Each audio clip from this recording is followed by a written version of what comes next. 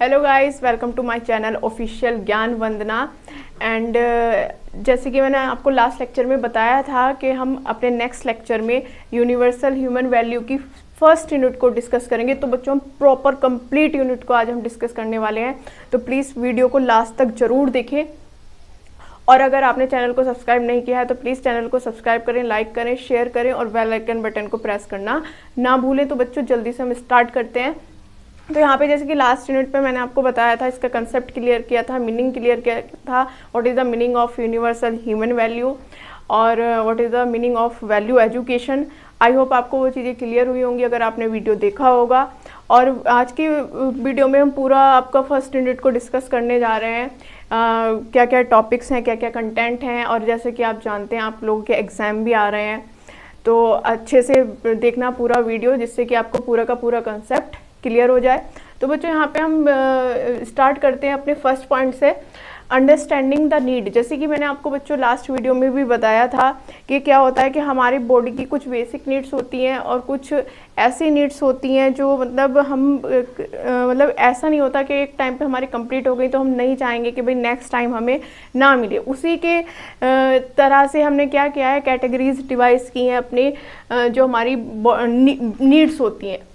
उसमें क्या होता है बच्चे, हमारी फर्स्ट नीड होती है नीड ऑफ बॉडी, जो हमारी बॉडी की नीड होती है, जिनको हम मटेरियलिस्टिक नीड के नाम से भी जानते हैं। अब इसमें हमारे क्या क्या आते हैं, जैसे कि जो हमारी बेसिक नीड्स होती हैं बच्चों, फूड है, शेल्टर है एंड क्लोथ्स है। मतलब हमें खाने के लिए खाना चाहिए, रहने के लिए घर चाहिए और पहनने के लिए कपड़े चाहिए। क्या होती है, हर ह्यूमन बीइंग की बेसिक नीड्स होती है। अगर ये भी अगर किसी की कंप्लीट नहीं हो रही है, इट मीन्स वो पॉवर्टी को फील कर रहा है, मतलब बहुत ज़्यादा प्रॉब्लम फेस कर रहा है और अपनी लाइफ में मतलब सेटिस्फाइड होना तो पॉसिबल ही नहीं है, क्योंकि जब बेसिक नीड कंप्लीट नहीं हो रही है, जो हमारी नेसेसरी नीड्स होती हैं, तो ये क्या होती है, हमारी नीड्स ऑफ बॉडी होती है, मतलब जिनका कंप्लीट होना बहुत ज़्यादा ज़रूरी होता है हर ह्यूमन बीइंग के लिए। नेक्स्ट है बच्चे हमारी नीड ऑफ सेल्फ, मतलब नीड ऑफ सोल, जो हमारी सोल की नीड होती है। जैसे कि मैंने आपको लास्ट वीडियो में बताया भी था कि जो हमारी नॉन मटेरियलिस्टिक नीड होती है, भाई नीड ऑफ सेल्फ को हम अदर नाम से भी जानते हैं, जो है नॉन मटेरियलिस्टिक नीड्स। अब ये क्या होती है, जैसे कि मैंने आपको लास्ट वीडियो में भी बताया है, क्या होती हैं आपका love, trust, respect, affection, attachment, care, gratitude and glory. अब ये चीज़ें होती क्या हैं, अब हम लोग क्या है बच्चे, एक फैमिली का पार्ट है। फर्स्ट ऑफ ऑल हम किसी फैमिली से बिलोंग करते हैं। एक इंडिविजुअल बंदा जो भी है, इंडिविजुअल बंदा जो भी है, वो फर्स्टली अपनी एक फैमिली से बिलोंग करता है, उसका नाम उसकी फैमिली से जुड़ा हुआ। फैमिली जो है वो आपकी सोसाइटी से जुड़ी हुई है, सोसाइटी एक नेशन से जुड़ी हुई है, और ओवरऑल हमारा सबको किस चीज़ से कनेक्टेड है, हमारे नेचर से कनेक्टेड है। अब यहाँ पे बच्चों, जो ये हमारी नॉन मटेरियलिस्टिक नीड होती हैं, सबसे पहले हमारी फैमिली से कंप्लीट होती हैं। हम जहाँ जिस फैमिली में रह रहे हैं, जिस परिवार में हम रह रहे हैं, वहाँ पे अदर पर्सन रहते हैं। सपोज जॉइंट फैमिली है तो वहाँ पे बहुत सारे मेंबर्स रहते होंगे, दादा दादी, चाचा ताऊ, और भी अदर मेंबर्स रहते हैं।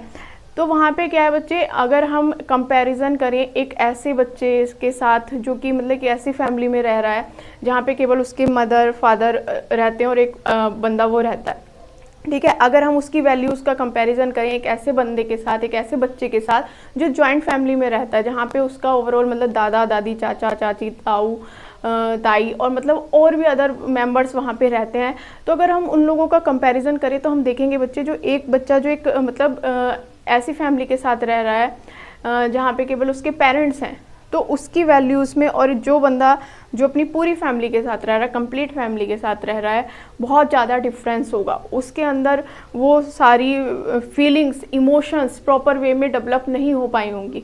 और इसमें बच्चे की गलती नहीं है, उसमें किसकी गलती है, उस फैमिली की, जो कि उसको प्रॉपर वो सारी इमोशंस, फीलिंग्स प्रोवाइड ही नहीं कर पा रही है। सपोज जैसे कि बच्चे लव है, ट्रस्ट है, रेस्पेक्ट है, अफेक्शन, अटैचमेंट है, केयर है, ग्रेटिट्यूड है, ग्लोरी, ये सब चीज़ें तभी तो हमें फील होंगी जब कोई सामने वाला बंदा उस चीज़ को हमें फील कराएगा, ठीक है। अब ट्रस्ट है, ट्रस्ट बहुत बड़ी चीज़ होती है बच्चे। अगर हम किसी पे ट्रस्ट करते हैं, किसी पे विश्वास करते हैं, तो कोई भी अपनी प्रॉब्लम है या कोई भी खुशी है बहुत ईजिली शेयर कर लेते हैं। लेकिन अगर हम किसी पे ट्रस्ट नहीं करते, हमें सपोज़ किसी पे भी ट्रस्ट नहीं है, तो हम क्या है वो चीज़ें अपने अंदर रखते हैं, खुद ही खुद, मतलब अगर कोई परेशानी है तो वो अपने अंदर तक रखेंगे और अगर कोई खुशी है तो वो भी खुद तक ही सीमित रखेंगे, मतलब किसी को बताएंगे नहीं, किसी के साथ शेयर नहीं करेंगे। क्यों? क्योंकि हमें किसी पे ट्रस्ट नहीं है, हमें बिलीव नहीं है कि यार सामने वाले बंदे से हम बताएंगे तो वो चीज़ प्रॉपर वे में, मतलब उसका जो हम एक रिजल्ट चाहते हैं वो आ पाएगा या फिर नहीं आ पाएगा। तो यहाँ पे ये चीज़ कब आती है? जब हम फैमिली में रहते हैं, हम दूसरे बंदों के साथ कोऑर्डिनेट करते हैं, दूसरे बंदे हमारी बातों को जानना चाहते हैं, हमारी इमोशंस को समझते हैं, हमारी फीलिंग्स को समझते हैं, तो वहाँ पे क्या होता है? एक बॉन्डिंग बन जाती है। जैसे ही बॉन्डिंग क्रिएट होती है तो वहाँ पे ट्रस्ट आना शुरू हो जाता है।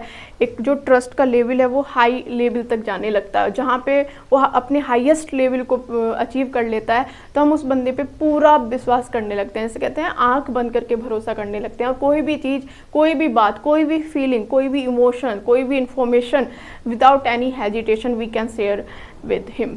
ठीक है, आई होप आपको ये पॉइंट क्लियर हुआ होगा। नेक्स्ट विच अफेक्शन, अटैचमेंट, ये चीज़ भी कब आती है बच्चे? जब हम सामने वाले बंदे से जो चीज़ हम फील कर रहे हैं या जो हम एक्सपेक्टेशन रख रहे हैं वो अगर हमारी कंप्लीट हो रही है एज इट इज़, जैसे कि हम चाहते हैं।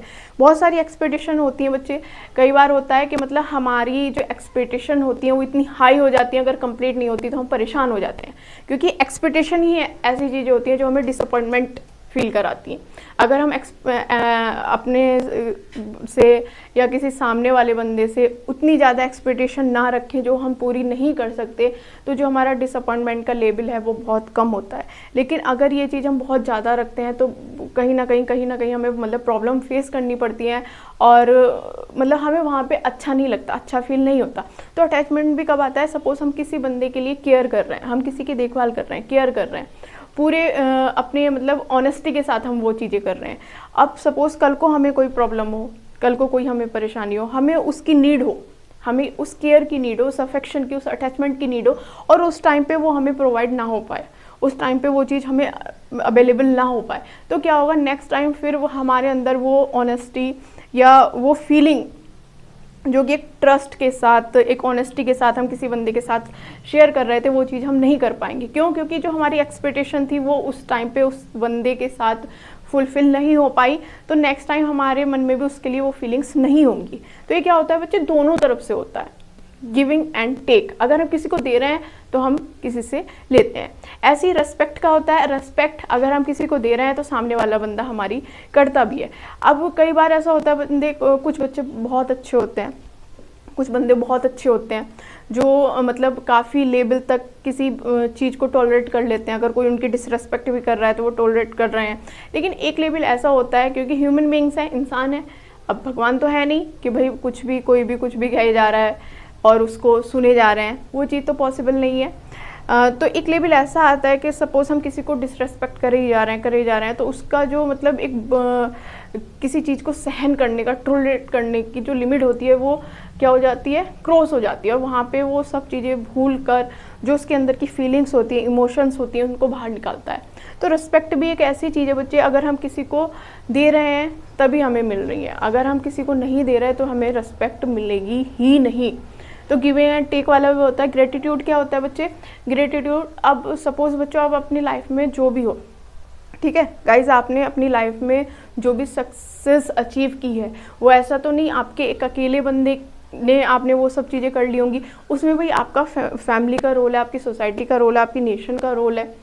आपने जो चीज़ें करनी चाहिए होंगी, आपकी फैमिली ने आपको पूरा सपोर्ट प्रोवाइड कराया होगा, आपकी सोसाइटी ने बहुत सारी फैसिलिटीज़ आपको प्रोवाइड कराई होंगी, नेशन जो हमें बहुत सारी फैसिलिटी, गवर्नमेंट बहुत सारी पॉलिसी चलाती है जिनके थ्रू हम मतलब अपनी जो सक्सेस है या जो हमारे अचीवमेंट्स हैं उनको हम अचीव कर पाते हैं।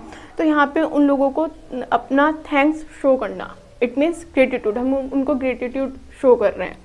अब अगर ये फीलिंग हमारे अंदर नहीं है, सपोज़ जिन बंदों ने हमें एक सक्सेस, एक हमारा जो एम ऑफ लाइफ था उसको अचीव कराने में अगर हमारी कहीं पे हेल्प की है और उस टाइम पे अगर हम उनको ग्रेटिट्यूड फील नहीं कराते, उनका थैंक्स नहीं करते, तो वो चीज़ कहीं ना कहीं उन लोगों को हर्ट करती है। तो ये फीलिंग भी हमारे अंदर बहुत ज़रूरी है होना कि हम जिस भी पॉइंट पे हो सकता है, जिस बंदे ने हमें हेल्प की है तो हम वहाँ पे उसको उसका धन्यवाद, उसका थैंक्स, ये चीज़ें शो करने की आदत हमारे अंदर होनी चाहिए, क्योंकि इससे भी क्या होता है, एक अच्छी बॉन्डिंग हम लोगों के बीच में बनती है। एंड नेक्स्ट बच्चे, ग्लोरी। जब हम सक्सेस अचीव कर लेते हैं, जब जो हमारा एम ऑफ लाइफ होता है उसको अचीव कर लेते हैं, तो हमें ग्लोरी मिल जाती है, मतलब फेम मिल जाता है। अब कुछ बंदे होते हैं बच्चों के, मतलब कितना भी उनके अंदर फेम हो, सक्सेस हो, वो जो उनकी जो एक कहते हैं ना, जो ज़मीन होती है, जो ज़मीन से लोग जुड़े हुए लोग होते हैं, वो बंदे क्या होते हैं, वो अपनी उस इमोशंस को, उस फीलिंग्स को नहीं छोड़ते हैं। जो लोग उनसे जुड़े हुए हैं पहले, उनके बिहेवियर में उनको लेके कोई भी चेंज नहीं आता। लेकिन अगर ऐसा नहीं होता, सपोज़ हमें फेम मिला और जो बंदे उस फेम को दिलाने में जिन्होंने स्ट्रगल किया है हमारे लिए, और हम उन लोगों को भूल जाएं, उन लोगों को अपने से अलग कर दें फेम मिलते ही, तो कहीं ना कहीं वो चीज़ें एक टाइम ऐसा आएगा जो शायद तब हमें रियलाइजेशन ना हो, लेकिन एक टाइम ऐसा आएगा कि हमें उस चीज़ का रियलाइजेशन होगा कि यार हमने ये चीज़ सामने वाले बंदे के साथ गलत की थी। तो कहीं ना कहीं जब वो रियलाइजेशन होगा तो हम क्या करेंगे, रिग्रेट फील करेंगे। तो ऐसी चीज़ें ना हो, इसीलिए हमें जो बंदे हमारे लिए स्ट्रगल करते हैं, हमारे लिए परेशानी उठाते हैं, चाहे वो हमारे पेरेंट्स हैं, चाहे हमारी फैमिली है, चाहे हमारे फैमिली के अदर मेंबर्स हैं, सोसाइटी है, नेशन है, तो उनको एक ग्रेटिट्यूड फील कराने की फीलिंग हमारे अंदर होनी चाहिए। तो ये तो थी हमारी नॉन मेटेरियलिस्टिक नीड्स, मतलब ऐसी नीड्स जो जिस इंसान को जितनी ज़्यादा मिलती रहे उनको पाने की उतनी ज़्यादा इच्छा होती है। ऐसा नहीं होता कि जैसे बच्चों जो हमारी बेसिक नीड्स हैं, जो हमारी मेटेरियलिस्टिक नीड्स हैं, मतलब जो हमारी नीड ऑफ बॉडी है, जो बॉडी की नीड है, वो क्या है, एक टाइम पे अगर कंप्लीट हो गई तो कुछ टाइम के लिए क्या होता है कि हमें उनकी नीड नहीं होती। जैसे सपोज़ हमने मॉर्निंग में ब्रेकफास्ट कर लिया, अब क्या है, मतलब लंच तक हमें उसकी नीड नहीं है, ठीक है, और हमने घर बनाया। अब घर ऐसा तो है नहीं भाई आज बनाया अगले साल फिर बनाएंगे, मतलब कई साल तक के लिए हमें उसकी नीड नहीं है। कपड़े आज हमने ले लिए, अब ये तो है नहीं भाई हम डेली उसको मार्केट से खरीदने जाएंगे, कुछ टाइम के लिए उसकी नीड क्या हो जाती है, कंप्लीट हो जाती है, मतलब हमें सेटिस्फिकेशन मिल जाता है। लेकिन जो हमारी नॉन मेटेरियलिस्टिक नीड होती है वो ऐसी नीड होती है बच्चे, जो जितनी मिलती रहे, जितनी ज़्यादा क्वांटिटी में मिलती रहे भाई, हमें उतनी ज़्यादा उनकी नीड होती रहती है। हम सोचते हैं कि यार और ज़्यादा मिले, और ज़्यादा मिले। कोई नहीं चाहेगा कि यार उसको आज सोसाइटी में रिस्पेक्ट मिल रही है और कल को उसको रिस्पेक्ट ना मिले। हर बंदा चाहेगा यार जितनी मिल रही है उससे ज़्यादा मिले, मैं उससे और ज़्यादा करूँ कि लोग मुझे रिस्पेक्ट करें और मेरी बातों को माने, मेरी एक इमेज हो सोसाइटी में। हर बंदा ये चीज़ चाहता है। आई होप आपको ये चीज़ क्लियर हुई होगी। नेक्स्ट है बच्चे प्रोसेस ऑफ सेल्फ एक्सप्लोरेशन। जैसे कि मैंने आपको लास्ट लेक्चर में बताया था कि बच्चे हम नेक्स्ट लेक्चर में अपना प्रोसेस ऑफ सेल्फ एक्सप्लोरेशन को भी डिस्कस करेंगे, जो कि पार्ट है आपका फर्स्ट यूनिट का। सेल्फ एक्सप्लोरेशन होती क्या है? तो सेल्फ एक्सप्लोरेशन क्या है, मतलब खुद को जानना, try to evaluate your self, मतलब हम क्या हैं, क्यों हैं, इन चीज़ों को जानना। ये किसके अंडर आता है? Process of self exploration. यहाँ पे बच्चे एक मैंने आपको प्रोसेस के थ्रू समझाया हुआ है, एक डायग्राम के थ्रू पूरी प्रोसेस समझाने की कोशिश की है। आई होप अगर आप पूरी वीडियो कंप्लीट देखेंगे तो आपको ये चीज़ समझ में आएगी। तो चलिए जल्दी से देख लेते हैं क्या है भाई ये प्रपोजल। प्रपोजल का मतलब क्या है यहाँ पे? प्रपोजल का मतलब यहाँ पे किसी के भाई शादी के प्रपोजल से नहीं है। यहाँ पे प्रपोजल का मतलब है आप जो भी काम कर रहे हो, ठीक है, मतलब हम जो भी एक्टिविटी कर रहे हैं, जो भी काम कर रहे हैं, जो भी प्रपोजल हमारे पास है, अब उसको हम ऐसे ही तो नहीं एक्सेप्ट कर लेते। क्या किसी दूसरे बंदे ने हमें दिया या कोई दूसरा बंदा कर रहा है और भाई हम भी उसी लाइन में शुरू हो गए, ठीक है। बहुत बार होता है बच्चे, मैंने तो खुद देखा है ये चीज़ें अपनी लाइफ में कि अगर जो मेरे स्टूडेंट हैं उनसे भी मैं पूछती हूँ कि भाई तुम लोग ये कोर्स क्यों कर रहे हो या ये कोर्स क्यों कर रहे हो, तो मोस्टली जो स्टूडेंट होते हैं उनका आंसर यही होता है कि मैम हमारा दोस्त कर रहा था या फैमिली ने बोला कि भाई इसमें बहुत ज़्यादा स्कोप है।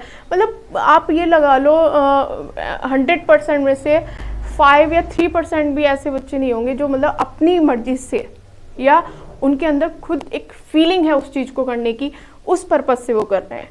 मोस्टली बच्चे क्या होते हैं कि यार फैमिली बोल रही है या मेरा फ्रेंड कर रहा था या इस टाइम पे इसमें स्कोप ज़्यादा अच्छा चल रहा है इसलिए मैंने उस चीज़ को करा। तो यहाँ पे क्या होता है, जो हमें उस एक्टिविटी से जो सक्सेस मिलती है, जो फेम मिलता है, वो 100% नहीं होता। कई बार तो मतलब हम उस चीज़ में सक्सेस अचीव ही नहीं कर पाते, क्योंकि जो काम हमारी मर्जी से नहीं हो रहा, हमारी इंटरनल मोटिवेशन से नहीं हो रहा भाई। अब हमें क्या है, मतलब वहाँ पे एक्सटर्नल मोटिवेशन की नीड पड़ रही है। मतलब कोई हमें कह रहे हैं कि यार हमें धक्का दो, जब तक हमें धक्का नहीं दोगे आप, जब तक हमें पुशअप नहीं करोगे, हम उस काम को करने वाले नहीं है, हम यहाँ से हिलने वाले नहीं है। अगर हम बैठे बैठे फ़ोन चला रहे हैं तो एक भी हम काम की वीडियो वहाँ पे देखने वाले नहीं है। हंसी मजाक कॉमेडी ये चीज़ें हम देखते रहेंगे, लेकिन कोई भी जो हमारे मतलब जो चीज़ हम करना चाह रहे हैं, चाहे वो बच्चे आपका जो शौक है वो चाहे डांसिंग में है, सिंगिंग में है, या अदर किसी एक्टिविटी में, मान लो कॉमेडी में भी है, ठीक है, जिसमें आप मतलब पूरे पेशेंस के साथ, आपका पैशन है वो आप करना चाहते हो, ठीक है भाई, उसमें अगर आप अपना 100% लगा दो ना, तो वहाँ पे जो आपको सक्सेस अचीव होगी वो एक अलग ही उसका रिजल्ट होगा। लेकिन जो काम आप मजबूरी में कर रहे हो, एक एक्सटर्नल फोर्स आपसे करा रही है, चाहे वो एक्सटर्नल फोर्स आपके पेरेंट्स हैं, चाहे फैमिली है, चाहे सोसाइटी है, चाहे नेशन है, तो उसमें कभी भी आप उनको अपना 100% नहीं दे पाओगे। और जब तक 100% नहीं दोगे वहाँ पे आपको सक्सेस अचीव नहीं होगी। तो उसके लिए क्या ज़रूरी है कि हम अपना जो भी एक्टिविटी कर रहे हैं वो इंटरनल मोटिवेशन के थ्रू करें, इंटरनली मोटिवेट होकर करें। ये नहीं कि भाई कोई हमें धक्का दे रहा है तब हम उस काम को कर रहे हैं, हम खुद से उस काम को करें। सपोज पढ़ाई का भी एग्जाम्पल है, अगर आप कोई कंपटीशन की प्रिपरेशन कर रहे हो या आपके एग्ज़ाम आ रहे हैं, बहुत से बच्चे होते हैं केवल एग्ज़ाम से 2 दिन पहले या 1 रात पहले ही पढ़ते हैं। वो क्या है, उनको एक इंटरनली मोटिवेशन मिल रही है कि यार कल एग्ज़ाम है और हमारी बैक ना आ जाए, हमें क्लियर करना है, उस पर्पज़ से पढ़ते हैं। और कुछ बच्चे ऐसे होते हैं जिस दिन से उन्होंने एडमिशन लिया है या जिस दिन से उनका इंट्रोलमेंट हुआ है, जिस दिन से उस एक्टिविटी को उन्होंने करना स्टार्ट किया है, वो तभी से अपना 100% देना शुरू कर देते हैं। वो नहीं सोचते यार एग्ज़ाम कब है, टेस्ट कब है, उस चीज़ से उनका कोई लेना देना नहीं। उनको मैटर करता है कि यार मैं ये काम कर रहा हूँ और मुझे ये काम अपने 100% दे के करना है। मुझे नहीं देखना कब एग्ज़ाम होने हैं या कब टेस्ट होने हैं, केवल मुझे सीखने के पर्पज़ से, रटना नहीं है। जब हम चीज़ों को रट के करते हैं, कोई भी काम या कोई भी पढ़ाई, बच्चे जब हम चीज़ों को समझते नहीं हैं, केवल रटते हैं, क्योंकि जो हमारा मेमोरी लेवल होती है बच्चे, वो 3 तरह का होता है। एक तो हमारे मेमोरी लेवल पे, अंडरस्टैंडिंग लेवल पे, और हमारा रिफ्लेक्टिव लेवल। तो जो हाईएस्ट लेवल माना जाता है वो रिफ्लेक्टिव लेवल को माना जाता है, और जो लोएस्ट लेवल माना जाता है यहाँ पे वो मेमोरी लेवल। मेमोरी लेवल की चीज़ें क्या होती है कि मतलब अगर कुछ टाइम हम उनको रिकॉल ना करें या उनको रिपीट ना करें तो वो चीज़ें धीरे धीरे हमारे माइंड से स्किप होने लगती हैं, हम उनको भूलने लगते हैं। लेकिन अगर हमने उनको अंडरस्टैंडिंग लेवल पे समझा है और अपनी लाइफ में फिर उसको रिफ्लेक्ट किया है, मतलब उसका इम्प्लीकेशन क्या है, तो वो चीज़ें ऐसी होती हैं बच्चे कि पूरी ज़िंदगी भी हम उसको नहीं भूल सकते, चाहे कुछ भी हो जाए। क्यों? क्योंकि वो हमारे रियल एक्सपीरियंस से हमने जो चीज़ सीखी है वो उसका नतीजा है। हमने वहाँ पे क्या किया है, लर्निंग बाय सेल्फ डूइंग, हमने वो चीज़ें खुद करके सीखी हैं।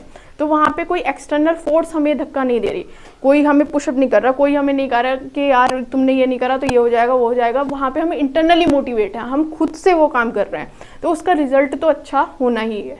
तो यहाँ पे प्रपोजल का मतलब बच्चे वही है कि जो काम आप कर रहे हो उसमें 2 स्टेप होने चाहिए। 2 स्टेप पे आपको उसको वेरीफाई करना चाहिए। फर्स्ट क्या है, पहले आप वेरीफाई करो उसको on the basis of your natural expertise. जैसे कि मैंने अभी आपको बताया, नेचुरल एक्सपर्टेंस मीन मतलब भाई वो काम जो आप कर रहे हो वो आप इंटरनली मोटिवेट होकर कर रहे हो, आपकी खुद की मर्जी है या फिर कोई बाहर से आपको धक्का दे रहा है तब आप उसको कर रहे हो, ठीक है। फर्स्ट स्टेप आपका ये हो। सेकेंड है आपका experimental validation, live according to it, behaviour with human beings. यहाँ पे जब आपका दूसरा स्टेप है एक्सपेरिमेंटल वैलिडेशन, मतलब दूसरे लोगों के साथ आपका कैसा बिहेवियर है, जो काम आप कर रहे हो आपने, ऐसा तो नहीं है कि भाई आप सेल्फिश हो गए उसको लेके कि केवल अपने अपने लिए, आपका अपनी फैमिली को लेके कोई रेस्पॉन्सिबिलिटी नहीं रही, सोसाइटी को लेके कोई रेस्पॉन्सिबिलिटी नहीं रही, नेशन को लेके कोई रेस्पॉन्सिबिलिटी नहीं रही। तो यहाँ पे क्या है, आपका अपने साथ साथ दूसरे लोगों के लिए कैसा बिहेवियर है। आप अपने लिए तो काम कर ही रहे हो, साथ साथ अपनी फैमिली के लिए भी कुछ करते हो या अपनी नेशन के लिए कुछ करते हो, अपनी सोसाइटी के लिए कुछ करते हो या नहीं करते हो, ये बहुत ज़्यादा मैटर करता है। क्योंकि हम लोग क्या है बच्चे, हम लोग ऐसा नहीं है कि इंडिविजुअल केवल खुद से ही रिलेट करता है, हम लोग अपनी फैमिली से रिलेट करते हैं, सोसाइटी से रिलेट करते हैं, नेशन से रिलेट करते हैं। तो हमारे लिए उन चीज़ों को भी इम्पोर्टेंस देना उतना ही ज़्यादा मैटर करता है जितना कि हम खुद को इम्पोर्टेंस देते हैं। तो यहाँ पे अगर ये चीज़ हम करते हैं तो उससे हमें क्या अचीव होता है, म्यूचुअल हैप्पीनेस, मतलब एक रियल हैप्पीनेस हमें मिलती है यहाँ पे। अगर हम सपोज अपने लिए जीते हैं, अपने लिए सोचना बुरा नहीं है, लेकिन उस लेवल तक जब तक कि मतलब हम अपने साथ साथ किसी दूसरे के लिए भी अगर कुछ हमसे अच्छा हो पा रहा है, अच्छा कर पा रहे हैं, तो वो चीज़ हमें करनी चाहिए। ऐसा नहीं है कि हम अपने फ़ायदे के लिए किसी दूसरे को ही नुकसान पहुंचाते जा रहे हैं, तो वो चीज़ वहाँ पे नहीं होनी चाहिए। वो क्या है, मतलब इलीगल एक्ट है, वहाँ पे वो एक्टिविटी हमें नहीं करनी चाहिए। अगर हम ऐसा करते हैं तो हमें कभी भी जो रियल एम ऑफ लाइफ है to achieve happiness and prosperity, वो हम अचीव नहीं कर पाएंगे। लाइफ में भले ही हमें सक्सेस मिल जाए, फेम मिल जाए, लेकिन एक जो रियल खुशी होती है, हैप्पीनेस होती है, वो हम कभी भी अचीव नहीं कर पाएंगे, क्योंकि बच्चों कभी भी दूसरों को दुख पहुँचा के हम खुश नहीं रह सकते। आई होप आपको फर्स्ट पॉइंट क्लियर हुआ होगा। इसका जो सेकंड पॉइंट है वो है बच्चों work with rest of nature. अब जो ये नेचर है, जो एनवायरनमेंट है, अब इसके लिए क्या है, हमारी बहुत ज़्यादा रेस्पॉन्सिबिलिटी बनती है, क्योंकि बच्चों बहुत सारी चीज़ें ऐसी हैं जो हमें फ्री ऑन कॉस्ट प्रोवाइड कराता है नेचर। जो रिसोर्सेज हैं हम फ्री ऑफ कॉस्ट यूज़ कर रहे हैं, कोई हम वहाँ पे प्राइस नहीं देना पड़ रहा, कोई उसकी कॉस्ट हम नहीं दे रहे हैं। बस क्या है कि हम जो रिसोर्सेज हैं उनको इस तरह से यूज़ ना करें कि भाई हम उनको वेस्ट कर रहे हैं। जैसे फॉर एग्जांपल आप खाने का एग्जांपल ले लो, आप कहीं शादी में या कहीं बाहर जा रहे हो, ठीक है, आपने अपना इतना खाना ले लिया वहाँ पे कि भाई ये भी ले लो, वो भी ले लो, और पता चला आपसे बाद में वो खाया नहीं गया और आपने वहाँ पे उसको गिरा दिया वहाँ पे। अब आपने तो, आपके थ्रू तो वो वेस्ट हो गया। अब सपोज कोई बंदा है जो वहाँ पे लेट पहुँचा, या मतलब उस बंदे को वो चीज़ मिल ही नहीं पाई, तो वो आपकी वजह से एक बंदा शायद वहाँ पे उस चीज़ को लेने से वहाँ पे आपकी वजह से रह गया। तो वो चीज़ वहाँ पे नहीं होनी चाहिए। जो नेचुरल रिसोर्सेज हैं, जो नेचर हमें फ्री ऑन कॉस्ट प्रोवाइड करा रही है, कभी भी हमें उसको वेस्ट नहीं करना चाहिए। इस तरीके से यूज़ करना चाहिए कि हम तो यूज़ कर रहे हैं, साथ साथ जो दूसरे बंदे हैं, जो नेक्स्ट जनरेशन है, वो भी उसको ईजी वे में यूज़ कर पाए। क्योंकि नेचर से बच्चों देखो, अभी आपने देखा होगा फॉर एग्जांपल जैसे कोविड के टाइम पे बहुत ज़्यादा ऑक्सीजन को लेके बहुत मारामारी रही, लोग बाग हॉस्पिटल में मतलब उनको मिल ही नहीं पा रही थी, कोई इधर जा रहा था, कोई उधर जा रहा था, मतलब बहुत लोगों ने अपनी लाइफ भी इस दौरान खो दी, बहुत फैमिली को बहुत प्रॉब्लम फेस करनी पड़ी। तो ये सब चीज़ें क्यों हैं, क्योंकि हमने नेचर के साथ मतलब नई नई बिल्डिंग बनाने के लिए, फैक्ट्रीज बनाने के लिए, या अपने कहते हैं ना कि डेवलपमेंट शो करने के लिए पेड़ों को काट रहे हैं, या जंगल ख़त्म करते जा रहे हैं। तो वो चीज़ हमारे माइंड में नहीं रहती कि यार इन सब चीज़ों को करने से जो हमारा एक नेचुरल एनवायरनमेंट है या जो क्लाइमेट है वो डिस्टर्ब होता है। तो ये चीज़ अगर हम अपने माइंड में रखें और नेचर के साथ भी प्रॉपर हार्मनी क्रिएट करें, नेचर को भी प्रॉपर प्रोटेक्शन अवेलेबल कराएं, तो कभी भी हमें इन फ्यूचर ऐसी प्रॉब्लम फेस करनी नहीं पड़ेंगी। लेकिन हम ये चीज़ें नहीं सोचते। इसी का रिज़ल्ट है कि बहुत सारे डिसास्टर्स हमें फेस करने पड़ते हैं, प्राकृतिक आपदाएं हमें फेस करनी पड़ती हैं, और जिसका रिज़ल्ट क्या होता है, बहुत ही भयंकर होता है। मतलब उस चीज़ को एक भरपाई करने में बहुत साल लग जाते हैं, बहुत टाइम लग जाता है, लेकिन तब भी हम लोग उस चीज़ को नहीं समझ पाते। तो आप लोगों से यही रिक्वेस्ट करूँगी कि भाई नेचुरल एनवायरनमेंट जो है, जो नेचुरल रिसोर्सेज है, जो हमारा नेचर है, उसके लिए भी हमारे अंदर एक अटैचमेंट, एक अफेक्शन, ये चीज़ें हमारे अंदर होनी चाहिए।